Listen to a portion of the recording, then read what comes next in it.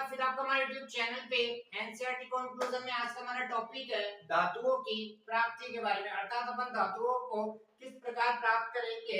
तो आइए, लेकिन सेशन को चालू करने से पहले अपन दो चीजों को समझने का प्रयास करेंगे। पहली चीज आती है खनिज, पहली चीज आती है हमारे पास खनिज, और नंबर दो चीज आती है हमारे पास अयस्क, खनिज और अयस्क। तो सबसे पहले खनिज क्या होता है और अयस्क क्या होता है। तो लिखिए, सबसे पहले देखो खनिज को समझने का प्रयास करना। भूपर्पटी में प्राकृतिक रूप से पाया जाने वाला तत्व क्या है? खनिज है। ठीक है, भूपर्पटी में प्राकृतिक रूप से पाया जाने वाला तत्व क्या है? खनिज है। तो आप इसको समझने का कैसे प्रयास करेंगे, याद रखने का प्रयास कीजिए। भूपर्पटी, इसको क्या बोलते हैं? क्रस्ट बोलते हैं। भूपर्पटी में प्राकृतिक रूप से, नेचुरल तरीके, प्राकृतिक रूप से पाए जाने वाला तत्व क्या कहलाता है? खनिज कहलाता है। यहाँ तक की बातें क्लियर हो चुकी है। आइए अब बात करेंगे अपन। देखो, भूपर्पटी में क्या पाया जाता है? खनिज पाया जाता है, ये बात अपन जानते हैं। खनिज क्या होता है ये बात अपन जानते हैं। ठीक है, तो भूपर्पटी में पाए जाने वाले खनिज में कुछ स्थानों पर एक विशेष प्रकार की धातु की काफी मात्रा पाई जाती है।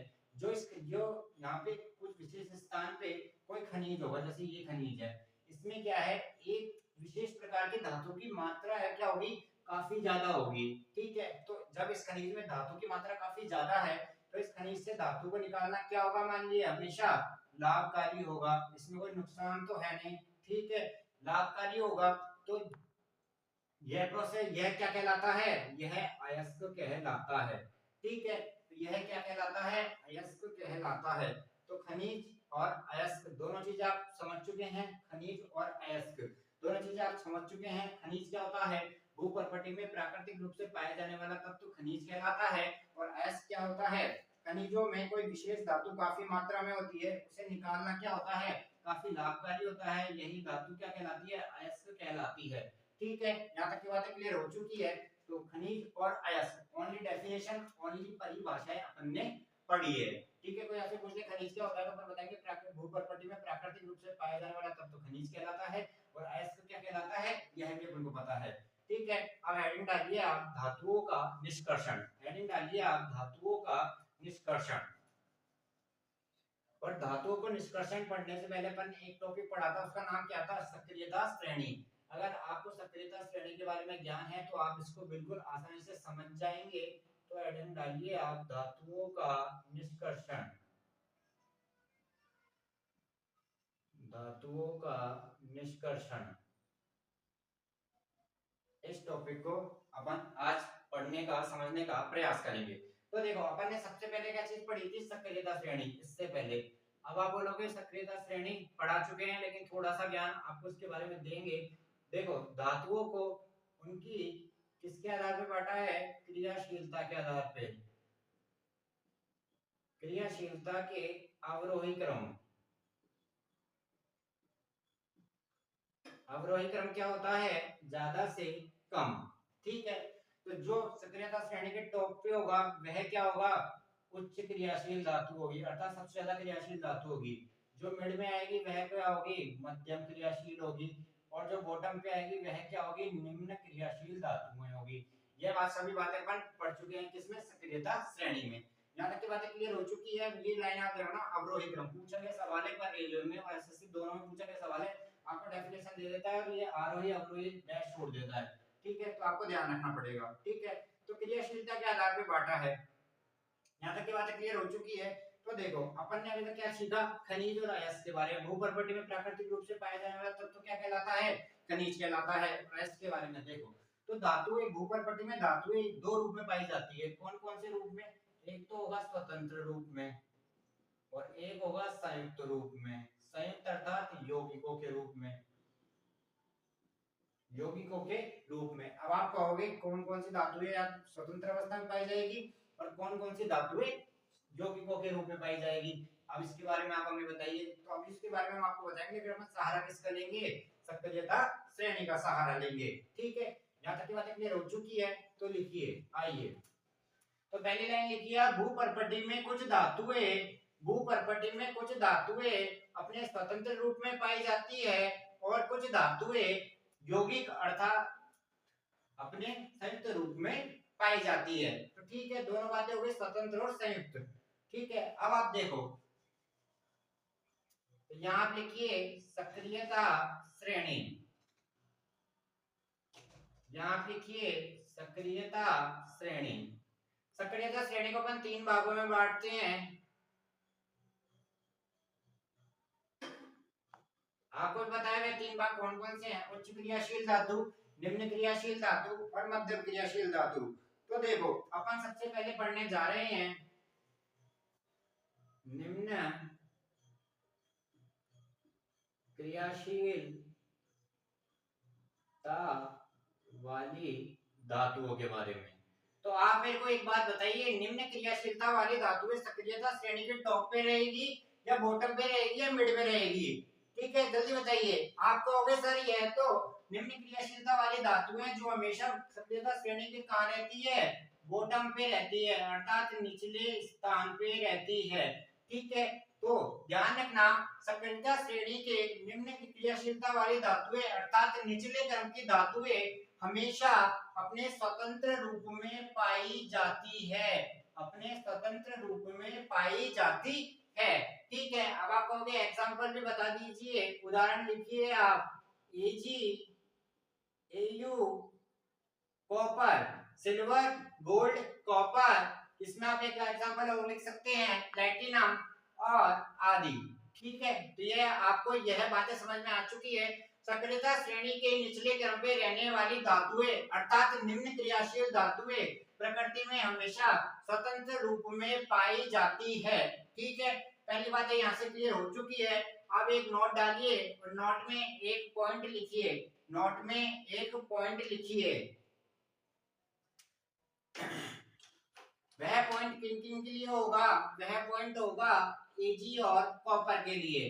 तो आप नोट लिख चुके हैं, नोट में एक पॉइंट लिखिए और वह पॉइंट होगा सिल्वर और कॉपर के लिए। देखिए कॉपर व सिल्वर, कॉपर व सिल्वर अपने सल्फाइड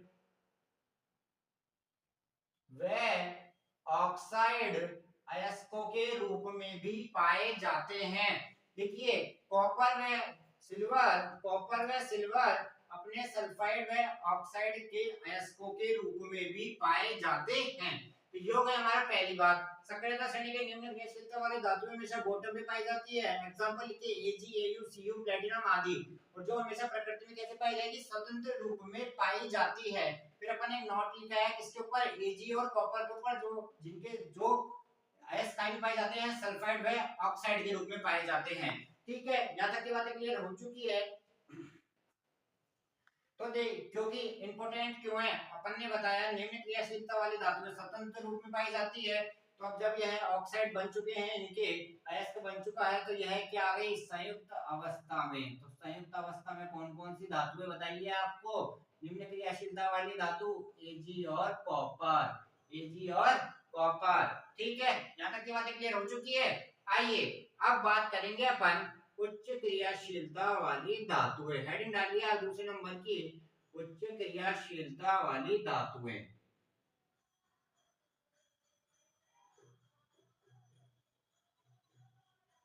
उच्च क्रियाशीलता वाली धातुएं। अब आप थोड़ा सोच के बताइए, जब निम्न क्रियाशीलता वाली धातुएं स्वतंत्र अवस्था में पाई गई, जो सक्रियता श्रेणी के कहां है? बॉटम पे। यह अपन जानते ही है, उच्च क्रियाशीलता वाली धातुएं सक्रियता श्रेणी के हमेशा कहां पाई जाती है? टॉप पे पाई जाती है, हमेशा टॉप पे। ठीक है, हमेशा टॉप पे। तो यह कैसे पाई जाएगी? तो लिखने का प्रयास कीजिए। सक्रियता श्रेणी में सबसे ऊपर की धातुएं, सक्रियता श्रेणी में हमेशा ये क्या है?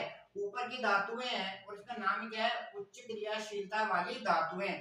तो यह इतनी क्रियाशील है, तो यह कभी स्वतंत्र अवस्था में पाई जा सकती है क्या? तो आप कहोगे ये तो कॉमन सेंस है, यह कभी भी स्वतंत्र अवस्था में नहीं पाई जाती। यह हमेशा अपनी संयुक्त अवस्था में पाई जाती है। कहाँ में पाई जाती है? अपनी हमेशा संयुक्त अवस्था में पाई जाती है। एग्जाम्पल लिखिए आप। Lithium, sodium, potassium. एग्जांपल लिखिए आप। Lithium, sodium, potassium, calcium, magnesium, aluminium, etc. तो अपन ने अभी तक दो अपने देखो निम्न क्रियाशीलता वाली धातु है स्वतंत्र अवस्था में नोट डाल के अपन ने दो बातें लिखाई, दो धातु ऐसी जो संयुक्त अवस्था में पाई जाती है Ag और कॉपर, ठीक है। फिर अपन ने उच्च क्रियाशीलता वाली धातु है जो सक्रियता श्रेणी का हमेशा टॉप पे रहेगी, वह हमेशा संयुक्त अवस्था में पाई जाती है क्योंकि इतनी क्रियाशील है, स्वतंत्र में तो पाई नहीं जा सकती। ये तो कॉमन सेंस का एक सवाल हो जाता है। फॉर एग्जांपल आपको याद रखने हैं। अब आता है हमारे पास मध्यम क्रियाशीलता वाली धातुएं, मध्यम क्रियाशीलता वाली धातु। मध्यम क्रियाशीलता वाली धातु क्या होती है? जो सक्रियता श्रेणी के काय में पाई जाती है, मिड में पाई जाती है, ठीक है। देखो ये ना तो क्या होती है, निम्न क्रियाशील होती है, ना तो उच्च क्रियाशील होती है। तो पाई तो किसमें जाएगी हमेशा? पाई तो संयुक्त अवस्था में ही जाएगी, ध्यान रखना। पाई तो संयुक्त अवस्था में ही जाएगी क्योंकि यह कंडीशन क्या है? मिड वाली कंडीशन है। मिड वाली कंडीशन है तो आप इसको ना तो स्वतंत्र में तो डाल ही नहीं सकते हैं क्योंकि सबसे ज्यादा ट्विस्ट क्या है? मध्यम क्रियाशीलता वाली धातुएं देगी आपको। तो लिखिए मध्यम क्रियाशीलता वाली धातुएं अभिक्रियाशील क्या होती है? इनकी अभिक्रियाशीलता मध्यम होती है अर्थात मिड की होती है, ठीक है। अब देखो यह भूप्रॉपर्टी में काय के रूप में पाई जाती है, तो लिखिए यह भूप्रॉपर्टी में सल्फाइड अयस्कों के रूप में पाई जाती है। सल्फाइड हो गया, कार्बोनेट हो गया, सल्फाइड हो गया, कार्बोनेट हो गया, सल्फाइड ऑक्साइड, कार्बोनेट ऑक्साइड, और ठीक है यहाँ तक की बात क्लियर हो चुकी है। सल्फाइड व कार्बोनेट के अयस्कों के रूप में पाई जाती है। तो अभी तक अपन ने पढ़ा क्या? धातुओं का निष्कर्षण उनकी क्रियाशीलता के आधार पे।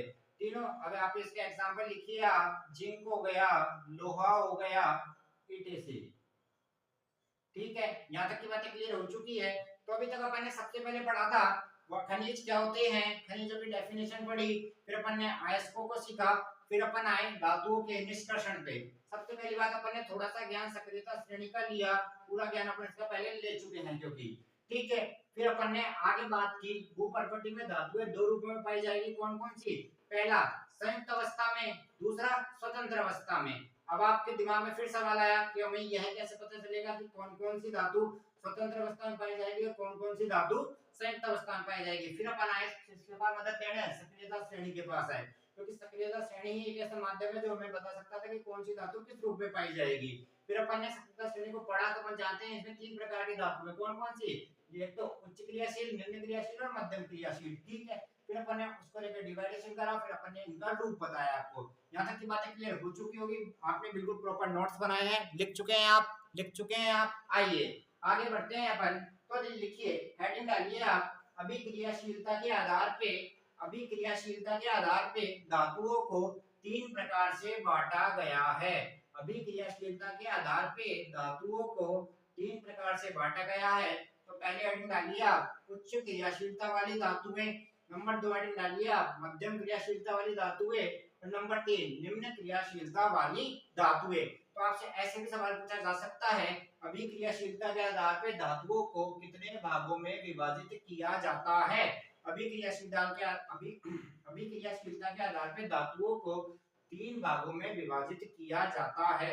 इस बात को आपको अच्छी तरह गांठ बांध के याद कर लेना है। ऐसे सारे सवाल भी आपसे पूछे जाते हैं जो भी आपसे गलत होते हैं, बहुत बार ये आपसे हुआ है, ठीक है। आप देखो, आप स्क्रीन पे डायग्राम को देख पा रहे होंगे, इसमें आपको क्या बताया गया है? इसमें आपको बताया गया है अयस्क से धातु निष्कर्षण में प्रयुक्त चरण। अयस्क से धातु अपन किस प्रकार प्राप्त करेंगे उसके यह आपको चरण बताए गए हैं। अपन इस ग्राफ को पूरा पढ़ेंगे, विद डिटेल पढ़ेंगे, ठीक है। तो देखो इसमें आपको तीन प्रकार से पढ़ाया गया है। सक्रियता श्रेणी में नीचे आने वाली धातु का निष्कर्षण, सक्रियता श्रेणी के मिड में आने वाली धातु का निष्कर्षण, और सबसे टॉप पे आने वाली धातुओं का निष्कर्षण। यह चीज अपन कल के वीडियो के माध्यम में आपको देने का प्रयास करेंगे। यह आज का छोटा सा वीडियो था, इसको आप बिल्कुल पढ़ना ढंग से, आपको एक बार में समझ में आ जाएगा, बिल्कुल आसान था। कल आपको कल का टॉपिक बता दिया गया है क्या पढ़ेंगे कल, वेरी वेरी इंपॉर्टेंट है, ध्यान से इसको पढ़ के आना, जब भी आपको कल का समझ में आएगा। ऐसे चीजों को प्यार देते रहिए, लाइक शेयर कमेंट आप अधिक से अधिक करिए। चैनल पे नए हैं तो सबसे पहले सब्सक्राइब करें, बेल आइकन को प्रेस करें और अधिक से अधिक इसको शेयर करें। थैंक यू, धन्यवाद, नमस्कार।